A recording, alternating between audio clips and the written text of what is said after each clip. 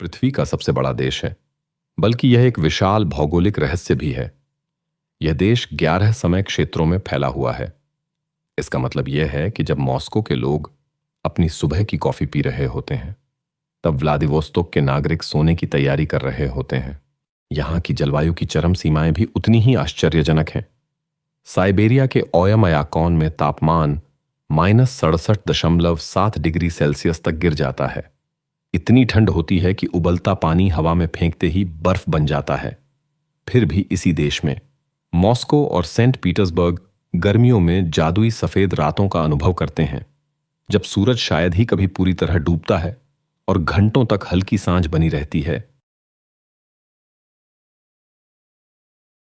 जब लोग रूसी महिलाओं के बारे में सोचते हैं, तो उनके मन में अक्सर परियों की कहानी जैसी छवियां आती हैं, जिनकी नीली या गहरी भूरी आंखें होती हैं, बर्फ जैसी गोरी त्वचा, सुगठित कद काठी और सभ्य व्यवहार।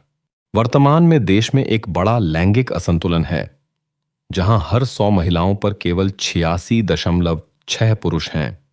इसका मतलब है कि अभी रूस में पुरुषों की तुलना में लगभग 1 करोड़ अधिक महिलाएं हैं। क्या आपने कभी किसी रूसी लड़की से मुलाकात की है या डेट किया है? अपनी कहानी हमें टिप्पणियों में बताइए। क्या यहाँ की महिलाएं वाकई उतनी ही अद्भुत हैं जितना लोग कहते हैं?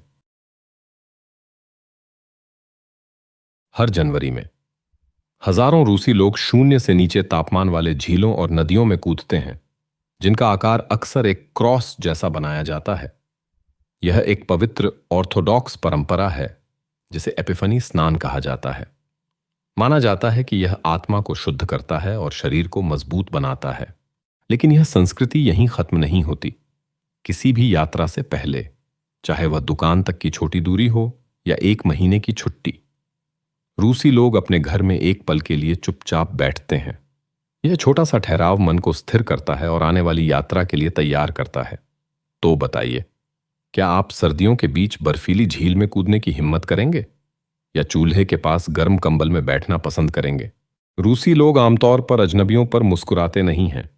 अगर आप मॉस्को की सड़कों पर चलते हुए किसी अनजान व्यक्ति को मुस्कुराकर देखें और वह आपको अजीब निगाहों से देखे, तो हैरान मत होना। लेकिन जैसे ही आप उनके दोस्त बन जाते हैं, आप पाएंगे कि रूसी लोग दुनिया के सबसे सच्चे, ईमानदार और दिलदार इंसानों में से एक हैं। रूसी मेहमान नवाजी मशहूर है, लेकिन इसके कुछ अनकहे नियम हैं। कभी भी किसी रूसी घर में खाली हाथ न जाएं। वोडका की बोतल, चॉकलेट या फूल ले जाना सम्मान का प्रतीक माना जाता है।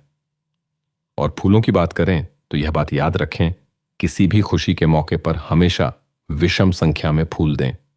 सम संख्या वाले फूल केवल अंतिम संस्कार के लिए माने जाते हैं, और गलती से ऐसा करना गलत संकेत समझा जा सकता है।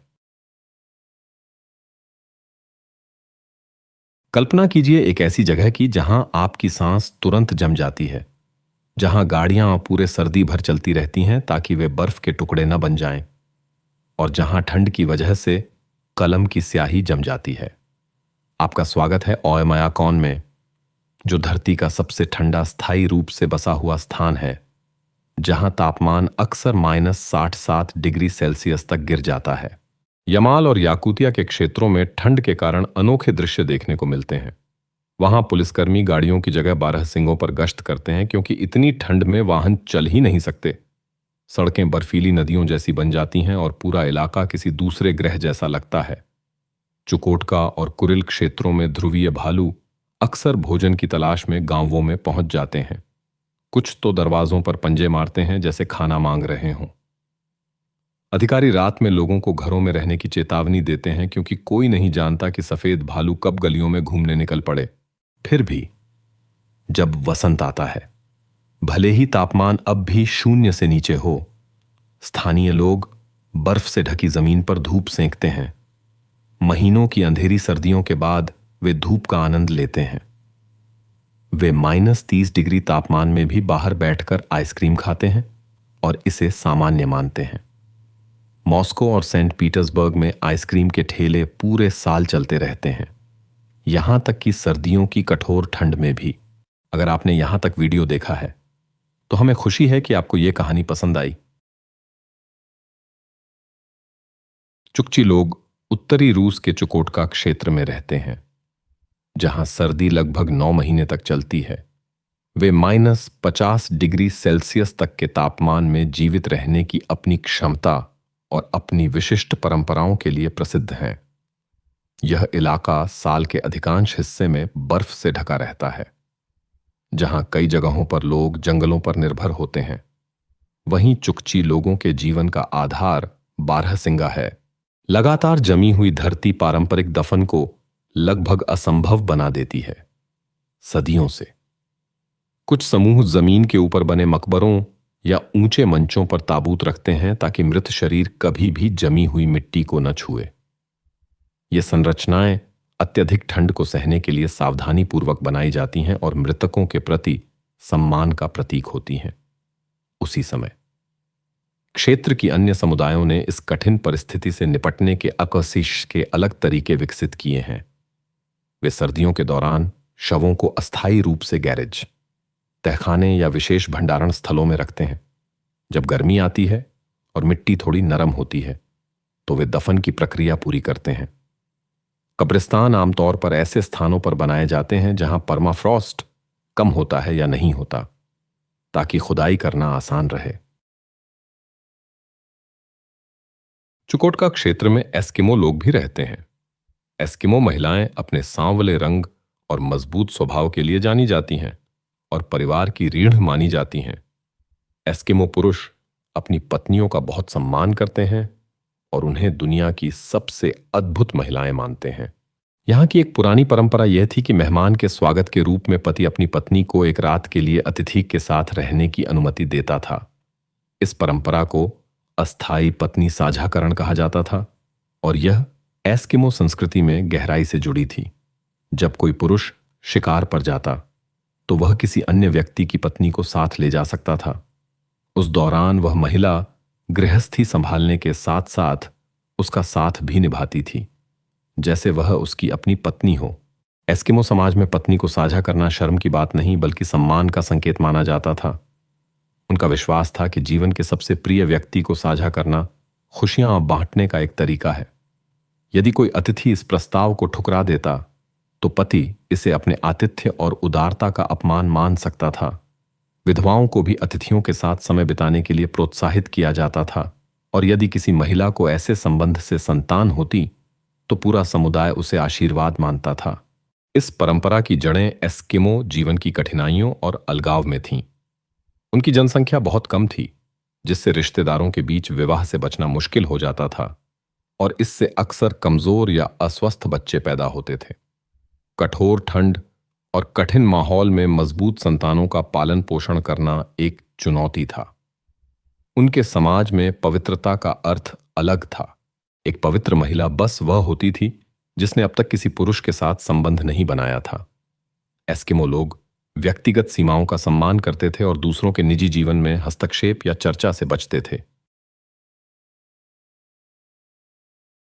यह कानून इतना अजीब है कि सुनकर मजाक जैसा लगता है, लेकिन यह बिल्कुल सच है। 1 जुलाई 2014 से रूस में लेस और जालीदार अंडरवियर के आयात और उत्पादन पर प्रतिबंध लगा दिया गया। यह प्रतिबंध केवल इसलिए नहीं लगाया गया कि लेस बहुत खुली या अनुचित मानी जाती है। रूसी चिकित्सा अधिकारियों ने यह निष्कर्ष निकाला कि सिंथेटिक लेस और जालीदार कपड़े शरीर द्वारा आवश्यक 6% नमी अवशोषण की शर्त पूरी नहीं करते, जो स्वस्थ अंतःवस्त्रों के लिए जरूरी है।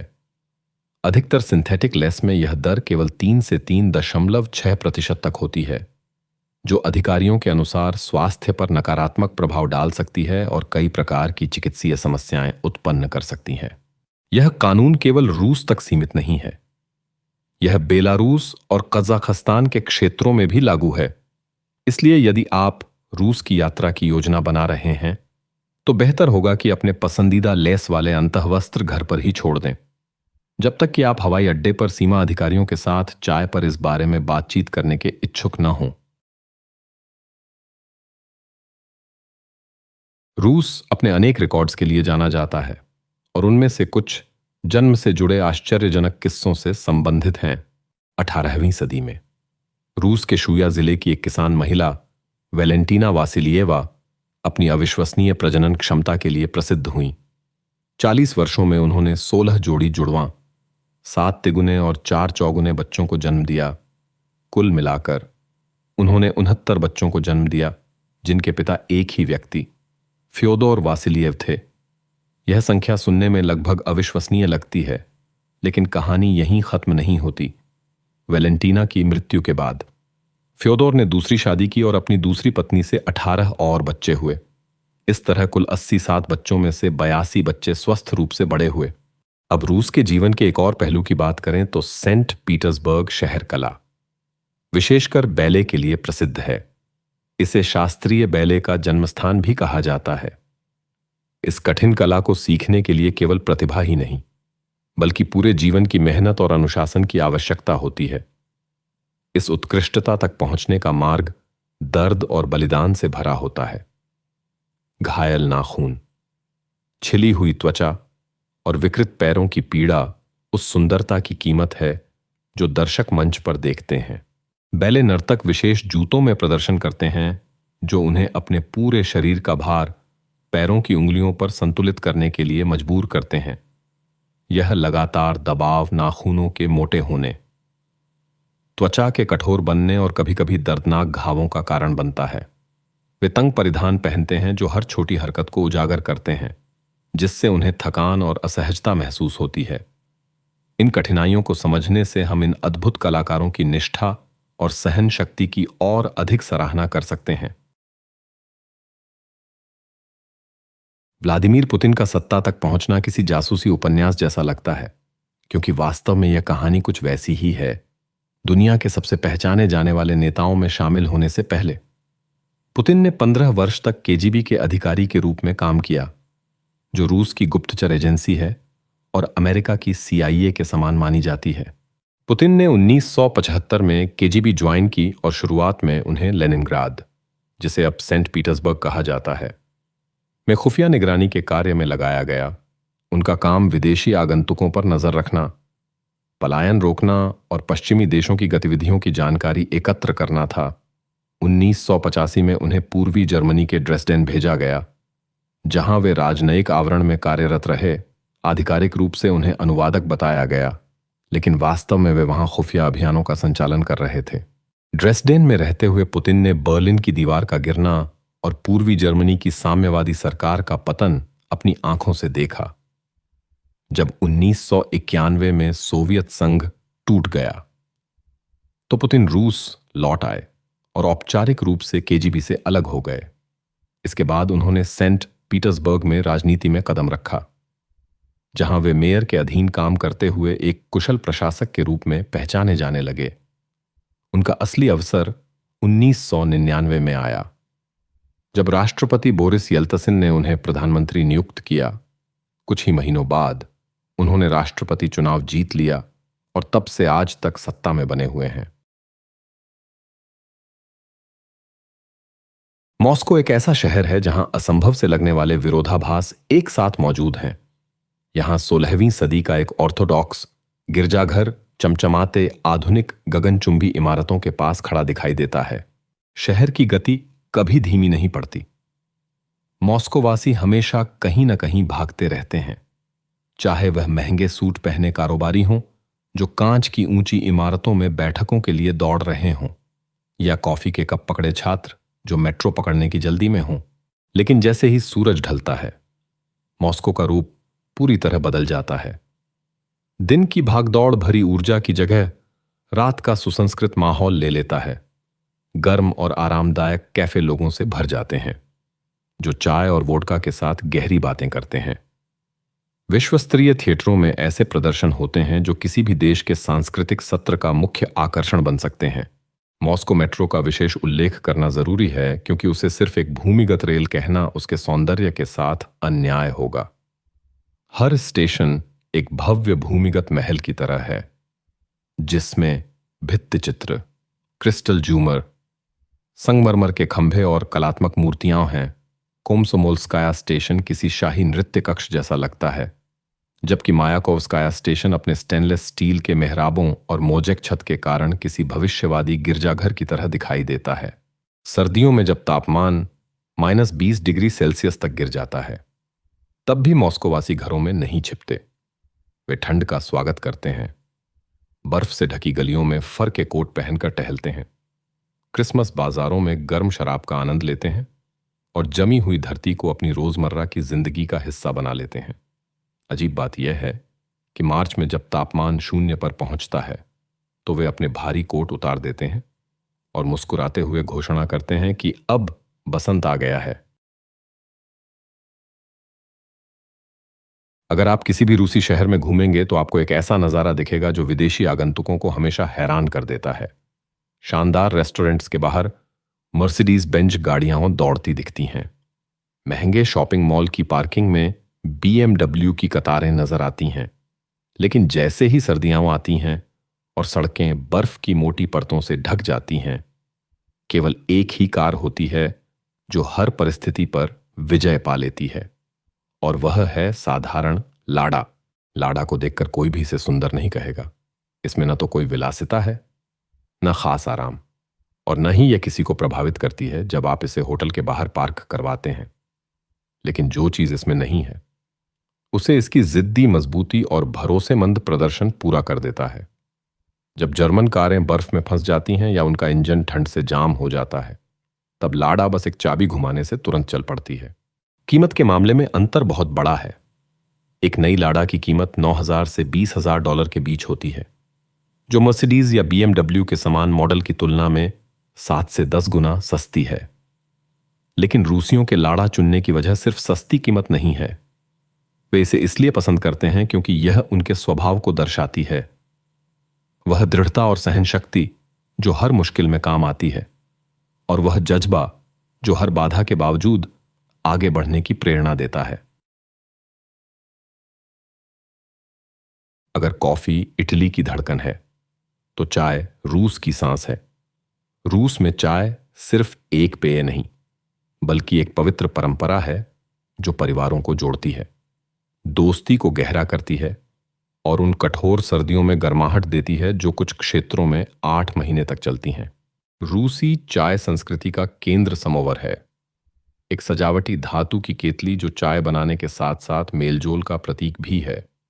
परिवार और दोस्त समोवर के चारों ओर बैठते हैं, गर्म चाय के प्याले भरते हैं और एक दूसरे के साथ कहानियां, अनुभव और दिन भर की बातें साझा करते हैं। यहां चाय में चीनी सीधे नहीं डाली जाती। लोग एक चीनी का टुकड़ा या शहद का चम्मच मुंह में रखते हैं और फिर गर्म चाय की चुस्की लेते हैं।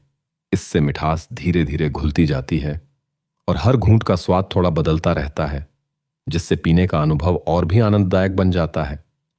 चाय के साथ अक्सर फलों के मुरब्बे, बारांका कुकीज और काले ब्रेड परोसे जाते हैं, जो इसके स्वाद को और खास बनाते हैं। रूसी संस्कृति में किसी अतिथि को चाय का प्रस्ताव देना मात्र शिष्टाचार नहीं, बल्कि आतिथ्य का प्रतीक माना जाता है। कोई भी आगंतुक तब तक घर से नहीं जाता जब तक उसे कम से कम एक प्याला चाय न दी जाए, और इस प्रस्ताव को ठुकराना असम्मानजनक समझा जाता है। रूस में चाय का सिलसिला घंटों चलता है, जिसमें बार बार चाय बनाई जाती है और बातचीत का क्रम कभी खत्म नहीं होता। अगर कोई चीज वास्तव में रूस की आत्मा का प्रतीक है तो वह वोडका है। यह सिर्फ एक पेय नहीं, बल्कि देश के इतिहास, संस्कृति और दैनिक जीवन से गहराई से जुड़ा हुआ हिस्सा है। वोडका दोस्ती, एकता और अनगिनत प्रसिद्ध कहानियों का प्रतीक मानी जाती है। पारंपरिक रूसी वोडका में लगभग 40% अल्कोहल होता है और इसे गेहूं, आलू या राई से तैयार किया जाता है। इसकी पारदर्शिता और शुद्धता के कारण ही रूसी वोडका को दुनिया की बेहतरीन शराबों में गिना जाता है। रूस में वोडका का आनंद धीरे धीरे नहीं लिया जाता, जैसे लोग वाइन पीते हैं। इसे एक ही बार में पीना उचित माना जाता है। पीने के बाद तुरंत गिलास मेज पर रखना शिष्टाचार के विरुद्ध है, इसलिए कुछ क्षण तक उसे हाथ में थामे रखना सम्मान का संकेत माना जाता है। लेकिन बिना किसी कारण वोडका पीना अनुचित समझा जाता है, क्योंकि हर जाम का एक अर्थ होता है। रूसियों के लिए हर बार पीने से पहले शुभकामनाएं देना जरूरी है। सबसे आम टोस्ट है जिसका अर्थ है स्वास्थ्य के लिए या दोस्ती के नाम। इसलिए यदि कभी आपको रूस में वोडका पीने का निमंत्रण मिले तो झिझकिए मत, क्योंकि वह केवल शराब नहीं होती बल्कि रूसी आत्मा का प्रतीक होती है। अगर आप एक दाढ़ी वाले व्यक्ति हैं और इस विशाल व खूबसूरत देश में बसने का सोच रहे हैं तो आपको थोड़ा रुकना चाहिए। रूस में एक अजीब नियम है जो दुनिया में और कहीं नहीं मिलता। वह है दाढ़ी पर कर। यह कर 1698 में सम्राट पीटर द ग्रेट द्वारा लागू किया गया था। उन्होंने यूरोप की यात्रा के दौरान देखा कि वहां के सभ्य समाज में बहुत कम पुरुष दाढ़ी रखते थे। अपने लोगों को भी आधुनिक दिखाना चाहते हुए उन्होंने लंबी दाढ़ी रखने पर कर लगाने का निर्णय लिया ताकि पुरुष दाढ़ी बढ़ाने से बचें। आप सोच सकते हैं कि इतने पुराने कानून अब खत्म हो चुके होंगे, लेकिन 400 साल बाद भी यह पूरी तरह गायब नहीं हुआ। पुराने समय में पुरुषों से उनकी दाढ़ी की लंबाई के अनुसार कर वसूला जाता था। दाढ़ी जितनी लंबी होती, कर उतना ज्यादा देना पड़ता। यहां तक कि जिनके चेहरे पर हल्की दाढ़ी होती, उन्हें भी भुगतान करना पड़ता था। हालांकि यह नियम केवल नाम मात्र का रह गया है, क्योंकि अब इसे वसूलने के लिए कोई आधिकारिक संस्था नहीं है और न ही इसे न मानने पर कोई सजा दी जाती है। इसलिए अगर आप एक लंबी, गूंथी जा सकने वाली दाढ़ी रखने का सपना देखते हैं तो निश्चिंत रहें। जहां दुबई में लोग उड़ने वाली टैक्सियों का सहारा लेकर ट्रैफिक जाम से बचने की कोशिश करते हैं, वहीं रूसियों ने जाम से निकलने के अपने अनोखे और साहसी तरीके खोज लिए हैं। कुछ लोग ऐसी गाड़ियां किराए पर लेते हैं जिन्हें ट्रैफिक पुलिस शायद ही कभी रोकती है, जैसे एम्बुलेंस। इस उपाय से वे प्राथमिक लेन का इस्तेमाल कर सकते हैं और लंबी गाड़ियों की कतार में फंसने से बच जाते हैं। नतीजतन अब कई एम्बुलेंस अपनी चिकित्सीय सेवाओं के साथ साथ यात्रियों को भी ले जाने लगी हैं। यहां तक कि कुछ लोग अपनी निजी गाड़ियों को एम्बुलेंस जैसा रूप दे देते हैं ताकि वे प्रतिबंधित लेनों में चल सकें और गति सीमाओं से बचें। इस कारण से रूसी प्रशासन समय समय पर एम्बुलेंस की अचानक जांच करता है। ऑनलाइन भी एम्बुलेंस टैक्सी सेवाओं के विज्ञापन मिल जाते हैं जो लगभग 6000 रूबल यानी करीब $65 प्रति घंटे के हिसाब से यात्राएं उपलब्ध कराते हैं। लेकिन कहानी यहीं खत्म नहीं होती। रूस के कुछ इलाकों में आप आम नागरिकों को टैंक जैसी गाड़ियों में घूमते देख सकते हैं। यह दृश्य देखने में भले ही अजीब लगे, लेकिन रूस में यह अमस्वायस्सेनिश्मी ही असामान्य नहीं है, क्योंकि इस देश के पास दुनिया में सबसे अधिक टैंक हैं। पुराने या इस्तेमाल से बाहर सैन्य वाहन सुरक्षा जांच पास करने के बाद नागरिकों को कानूनी रूप से बेचे जा सकते हैं। हालांकि सभी प्रकार के सैन्य उपकरण निजी उपयोग के लिए उपलब्ध नहीं होते। इसलिए यदि आप कभी ऐसा दृश्य देखें तो घबराएं नहीं। जो चीज टैंक जैसी दिखती है वह वास्तव में संशोधित सैन्य वाहन हो सकती है। उदाहरण के लिए बीआरडीएम नामक उभयचर बख्तरबंद गाड़ी को अक्सर 4 पहियों वाले मछली पकड़ने के केबिन या चलित कार्यालय के रूप में बदला जाता है। इस नागरिक संस्करण की कीमत लगभग 20 लाख रूबल यानी करीब $21,700 होती है। ये 15 तथ्य केवल उस देश की झलक भर हैं जो 11 समय क्षेत्रों में फैला है और जिसकी सांस्कृतिक विविधता पूरे महाद्वीपों से अधिक है। रूस वह जगह है जहां प्राचीन परंपराएं आधुनिक नवाचारों के साथ जीवित हैं, जहां संघर्ष ने सृजनशीलता को जन्म दिया है और जहां असंभव बातें भी आम दिनचर्या का हिस्सा हैं। इनमें से कौन सी बात ने आपको सबसे अधिक हैरान किया? क्या आपने कभी ओयमयाकॉन जैसी ठंड का अनुभव किया है, या सोचते हैं कि आप ऐसी जगह रह सकते हैं जहां सांस लेते ही वह जम जाए? नीचे टिप्पणी में बताइए कि रूसी जीवन के किस पहलू के बारे में आप और जानना चाहते हैं। अगर आप यहां तक वीडियो देख चुके हैं तो हमें खुशी है कि आपको यह पसंद आया। लाइक बटन दबाना न भूलें ताकि हमें पता चले कि यह सामग्री आपके लिए उपयोगी रही। और अगर आप इसे फोन पर देख रहे हैं तो नीचे दिए गए हाइप बटन को भी टैप करें। इसमें केवल कुछ सेकंड लगते हैं, लेकिन इससे यह वीडियो और भी दूर तक पहुंच सकता है। आज हमारे साथ समय बिताने के लिए धन्यवाद। आपको आगे के लिए शुभकामनाएं। देखने के लिए शुक्रिया। अगर आपको यह वीडियो उपयोगी लगे तो कृपया इसे लाइक करें, सब्सक्राइब करें और घंटी बजाएं ताकि आप कोई भी नया वीडियो मिस न करें। मिलते हैं अगले वीडियो में।